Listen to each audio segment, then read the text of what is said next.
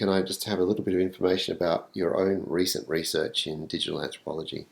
I'll probably just start by introducing myself and my research in digital anthropology. As you can see on the screen, I just guest edited an issue in the journal Migration, Mobility and Displacement. It's open access, so anyone can click onto it, download the articles that are in it, and I titled the issue Multimedia, Mobility and the Digital Southeast Asian Families Polymedia Experiences. So there you have the word polymedia. My research specifically looks at Southeast Asian communities, migrant communities, that's why it's in the Migration Journal, and these communities are in Australia.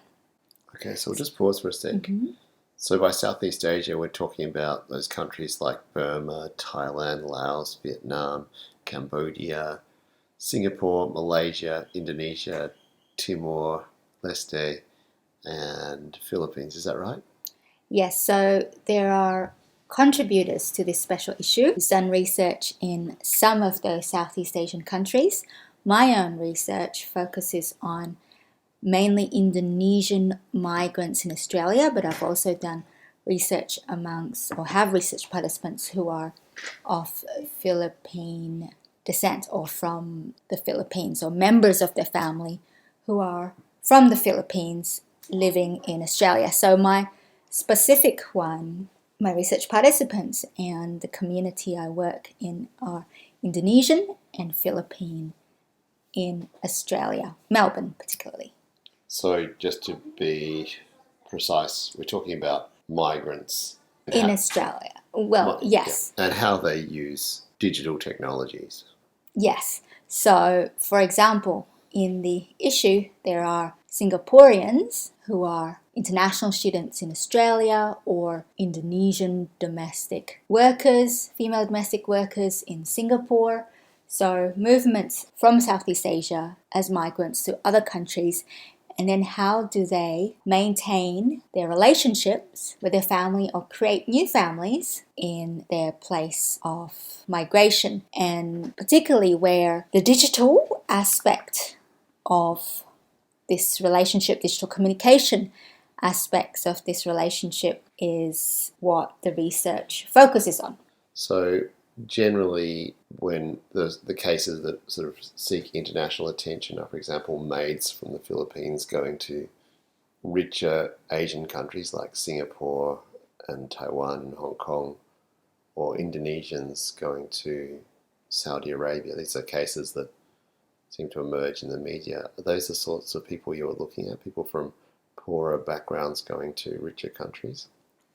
Singapore is a different case in Southeast Asia because it is not considered a developing country. It is one of the developed ones, and Singaporean dollars is equal to Australian dollars. So, for example, Singaporean international students in Australia, they are probably getting a cheaper education than if they stayed in Singapore. So we're talking about migrants all around the world.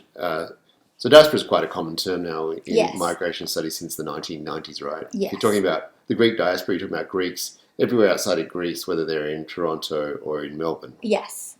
Or living right next door to us, as is often the case. Yes. Here in Melbourne, our neighbours. Yes. But they could... Big up to Greece. Yeah, but they could also be... See, diaspora has become a term. It's not just you're dispersed because of forced migration. You used to be coming from the Jewish diaspora. Right. The idea of dispersal of the Jews because of different kinds of persecution.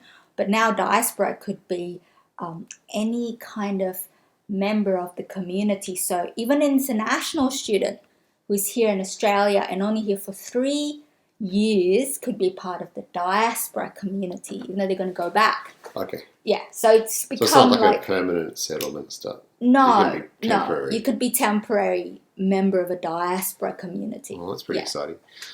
When you talk about diaspora, you're talking about like Indonesian diaspora. That means Indonesian migrants in different parts of the world. Is that right? Yes. Yeah. Yes. Dispersed. So the word diaspora means that you are dispersed to different parts. And for an Indonesian diaspora, what is really interesting is that then they come up with a community organization that is actually formalized by the Indonesian Ministry of Foreign Affairs, where their name is called the Indonesian Diaspora Network. So they actually have a community called Indonesian Diaspora Network in most of the folks, countries. they're taking an anthropologically etic term and making it emic in a process we might call readback.